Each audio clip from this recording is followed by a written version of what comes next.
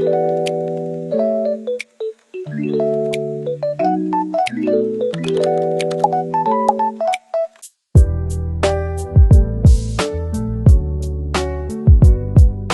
guys!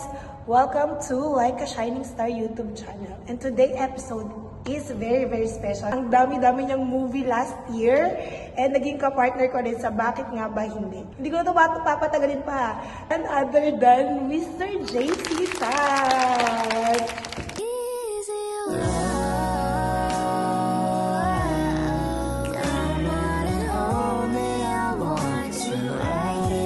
Ito ba ako? Naku po, aray ko po. Oo naman po, syempre. So ngayon, Valentine's episode, so excited ka na ba sa mga paggagawin natin yan? Actually, it's more on Q&A.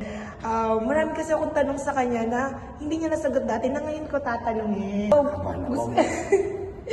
gusto mo bang mag-hi muna sa mga viewers? Hello po, hi po, magandang araw, gabi kung nasan man kayo. At saka syempre, sa lahat po ng supporters ni Sky, sa mga followers niya, please subscribe na rin and then share niyo yung mga videos niyo and everything.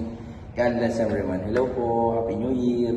And Happy Valentine's. Yes. Happy Valentine's din pala. So hindi ko napapatagilin pa yung unang question ko. Ready ka na ba? Ready na, kinakabahan ko. Alam niyo guys, nagaling kami ng movie before. Maraming kami pinagdaanan, di ba? Pero nawalan kami ng communication. Siguro magwa 1 year kaming walang contact and all. Bakit nga ba? Bakit nga ba hindi tayo nakapag-communicate ng maayos? After nung bakit nga ba hindi? Medyo hindi naging maayos yung flow nung relationship namin nun. Kasi feeling ko, madam, bukod sa naging busy tayo, Miss Sky, and may mga ano kasi, ang dami mo kasing, ano yun, mga maliligaw. Uy, hindi balik sa akin. Siyempre, yung chemistry na nagka-partner tayo, ganun, siguro yung mga manliligaw mo, nagalit daw sa akin. Uy! May nagsabi sa akin, pero hindi na sa magdadrop ng names. Hindi mo kasi, Miss Kay, ano ba yan? Grabe! Ano po sila, Pero ganun. bakit sa akin bumalik ang daya? Bakit bumalik sa akin? So, ang tanong ko, bakit nawalan tayo ng communication? It's because sa akin? Kasi ang daming nanliligaw sa akin. May mga ganun, pero bukod dun po, siyempre, naging busy rin sa kanya-kanyang buhay, career, and nakabalik ako sa Viva. Yeah. Thankful din ako siyempre, kay Tito Jojo lalo. Yan. And yun, for the record guys, isa na kami ng agency ngayon. Filmoda Artist Agency and Viva Artist. And yun lang naman yung unang question ko na hindi ko mga natanong dati. So yung pangalawang question ko, ready? Pinapawisan ka pa. Bakit si Direk yung nag-promote ng movie nung last time? Aray ka. Actually, minsan kasi na-misunderstand me. Alam ko po kasi dati, Miss Kay, nag-promote ako kasi yung poster natin, pinost ko siya sa social media ko naman. And then, marami namang nanood na followers ko din. Pagkakalam ko, kasi nag-message din naman sila sa akin na nanood sila, ganyan. Siguro misunderstanding lang. Misunderstanding. Or kasi nung time na yon, hindi tayo masyadong nagkakausap na through direct. Kasi in-invite ko siya sa guesting ko para mag-promote. Tapos sabi ni Direk, sige ako na lang yung mag-guest. So I don't know what happened. Sabi ko, bakit ano po nangyari kay Jess? Parang wala naman siya sinabi. Basta sinabi nila, ako na lang yung guest, ako na lang yung pa-front nung time na yun. So hindi ko alam kung natanong ka ni Direk noon or nag-busy. Baka nag-busy. Hindi ako natanong. Ay, hindi ka natanong. So Direk Carlo, it's your fault. Joke lang. Tagal na lang. May Direk, I love you. So, ready ka na ba sa last question ko? Tatlo lang, bitin yarn. Ito yung pinaka-last na medyo, hindi ko alam, pwede mo siyang sagutin or hindi.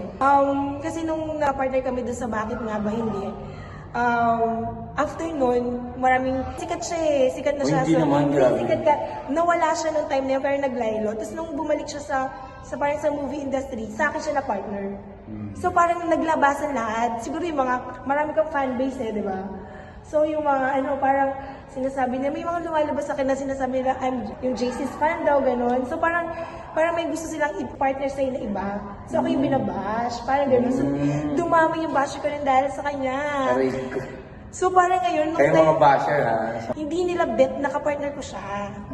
Grabe yung sinasama Kaya nila. natin yun, sa sinadirect na yan, sabi niya, ayaw mo nun, dumadami yung basher mo, ibig sabihin, sumisikat yung gano'n. Actually, tama. May ano yun. Bakit nga ba ako yung binash nila, hindi ikaw? Actually, may mga bashers din ako, no? Oo, talaga.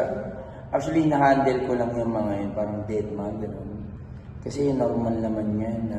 Or iba kasi may gusto talaga sa kanya, talagang ayaw, may gusto sa iyo, iba talaga siguro naghahabol sa iyo na parang bet na bet ka, tapos ako yung sinisiraan. Kasi doon sa... Grabe naman yun. Oo, di ba?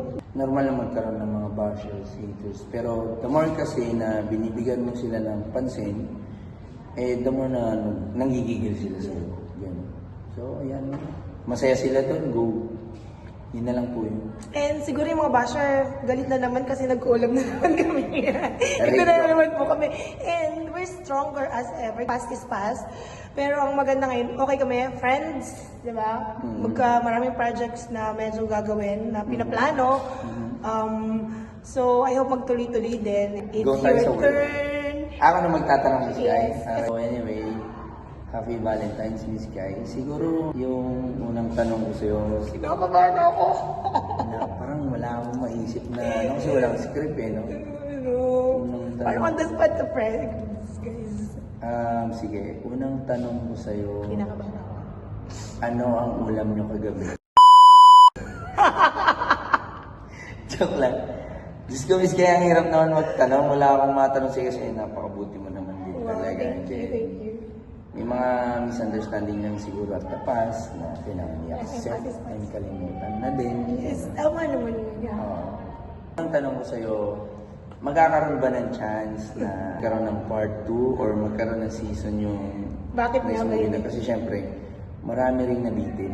Yeah. Yung kapartner ko po siya 2024. Kung nanood, maraming nabitin. Kung doon sa mga nakapanood, sobrang nabitin sila. So, we're working on it. Sinabi ni Direk na nung nag-usap-usap tayo, hinanapan nila ng producer na gusto nilang magtambal pa ulit tayo. So, Tsaka ano, madadagdagan natin ng character. oo ata, feeling ko. Character, yeah. Makakalabdi mo rin daw eh. Sino? Right, Sino? ay, question mark mo na yan.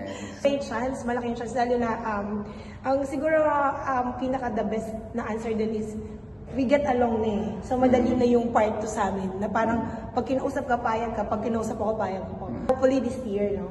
Muy sana, goods. Goods ang tuwing. Pero okay ka ba? Okay ba kung may part 2? Oo naman, Miss Guy. Oo. Ang pangalawang tanong ko sa'yo is, for goods ka na ba sa ibang bansa? Actually, sige, so hindi nakakalam, naka-base po ako sa ako, residence ako doon. Doon talaga ako nakatira. So doon dapat ako titira kasi doon naman talaga, doon ako naka-base. So kung may opportunity naman dito na umuwi-uwi naman ako with my project, pwede ako magstay dito sa Philippines within the next 3 years. Basta babalik ako doon para hindi mo wala residency. Ay, ganun ba? Ganun yun. Ito na. Magbabigatan na tayo. Ito na. Meron bang nagpapatibok ngayon sa puso ng Miss Guy? The moment that you make me feel like it's you. Oh my God, kailangan mo talaga tanongin yun. Ay. Hindi naman siguro lingid sa kaalaman nila na may mga nagiging collab ako. Na-link na lang. Super low-key. Yun. And, At ito. Teka lang. Dadagdagan ko. Tanong din ako sa'yo. Hindi, dadagdagan May ko. tanong din ako sa'yo. Dadagdagan ko dahil tatlo na yun, ibibigyan ko ng pang-apat. Meron din ako isang pang-apat. Pwede pang humiyan. O sige, ikaw na nga muna. Since yung tanong niya sa akin, hindi ko naisip yun, ibabalik ko sa'yo ngayon. Aray ko. Dapat May nagpapatibok ba sa puso mo ngayon? trabaho. Trabaho. Yan ang nagpapatibok sa akin. Kasi para sa akin yun, Miss So, Guy. wala kang someone. Tulad mo, sabi mo marami kang natutunan sa nakaraan, which is, tama yun kasi yung aral sa nakaraan, yun yung isa din sa armas ko ngayon kung bakit. Sa industriya, Natin. kailan baon mo yun para sa mga makakasalamuha mong panibagong karakter sa buhay mo. Tanong mo sa akin, balik mo na sa akin. Nako, nawala ng tanong. Wait, Wala ikaw, na. dito. Ako na lang magpasalamat sa iyo ngayon. Kasi, guys, ang inyong lingkod, yan, ang inyong idol na si Miss Guy. Uy, masikat po siya sa akin. Ay, hindi, Promise. hindi. Uy, Ako muna, Miss Guy. Yan, napakabuti niyo po. Ganyan, lately ko lang din naman na-realize to. Misunderstanding siguro. Kapuri-puri naman talaga yung mga galunan mo. Though wala tayong script, wala tayong director. At least, para marinig mo din, Miss Guy. Thank you, yun na lang. Hindi ko nakabaan. Yun lang. and meron ka bang Valentine's message? Valentine's message sa'yo, siguro, sana maging masaya yung puso mo ngayong araw ng mga puso. Kung mapa naman yan, eh, sana akta rin na nila para katapusan mo na, Miss Kay. Joke lang.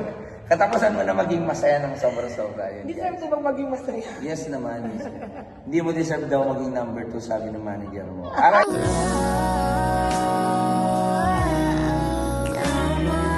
Tito Jojo.